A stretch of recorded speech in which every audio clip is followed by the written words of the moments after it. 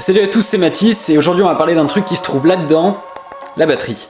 Aujourd'hui on va casser deux clichés concernant les batteries de nos téléphones et découvrir deux astuces pour essayer de prolonger leur durée de vie. Alors on va pas tourner autour des orties pendant 2 heures ni pousser mémé dans les pots, on va s'attaquer à du sérieux dès maintenant. Pour commencer, on ne ferme jamais les applications. Vous savez le petit geste qu'on a là de swiper pour virer les applis.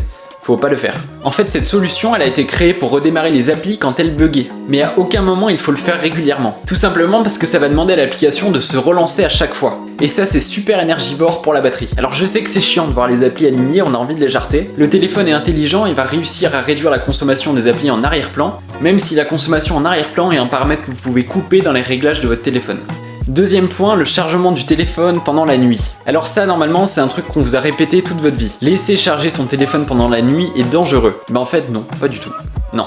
En fait, on pourrait imaginer que le téléphone rentre en surtension une fois qu'il a atteint ses 100%. Alors ok, je vous pardonne parce que c'était le cas il y a quelques années, notamment avec le Galaxy Note 7 de Samsung qui a fait vraiment polémique. En fait, maintenant, il n'y a plus de risque que le téléphone brûle ou explose. Tout simplement parce que maintenant, c'est des appareils assez intelligents pour couper la recharge une fois qu'ils sont à 100%. Ce qui fait qu'en fait, le chargeur n'alimente plus directement la batterie. Par contre, il y a un petit truc qui est dérangeant. C'est qu'en fait, le téléphone perd au bout d'un moment un petit peu de batterie même s'il n'est pas utilisé. Ce qui va faire que peut-être à 2 h du matin, vous allez perdre 1% et que du coup, le chargeur va remettre de l'énergie. Et ça va se répéter tout au long de la nuit. Mais ne vous inquiétez pas, si vous laissez votre téléphone charger la nuit, c'est d'ailleurs ce que je fais, il n'y a pas énormément de risque que ça abîme la batterie. Par contre, si vous cumulez aux choses qui vont arriver après dans la vidéo, là, ça pourrait être un petit peu plus délicat. À partir de maintenant, les deux points qu'on va voir, c'est du sérieux. Le point qu'on va voir maintenant est très rapide. Je vous en prie, mettez votre téléphone en mode avion quand vous le chargez. Quand le téléphone est en mode avion, il coupe tout. Le Bluetooth, le réseau cellulaire et le Wi-Fi. Faites le test, vous allez voir que la recharge est environ 70% plus rapide quand le téléphone est en mode avion.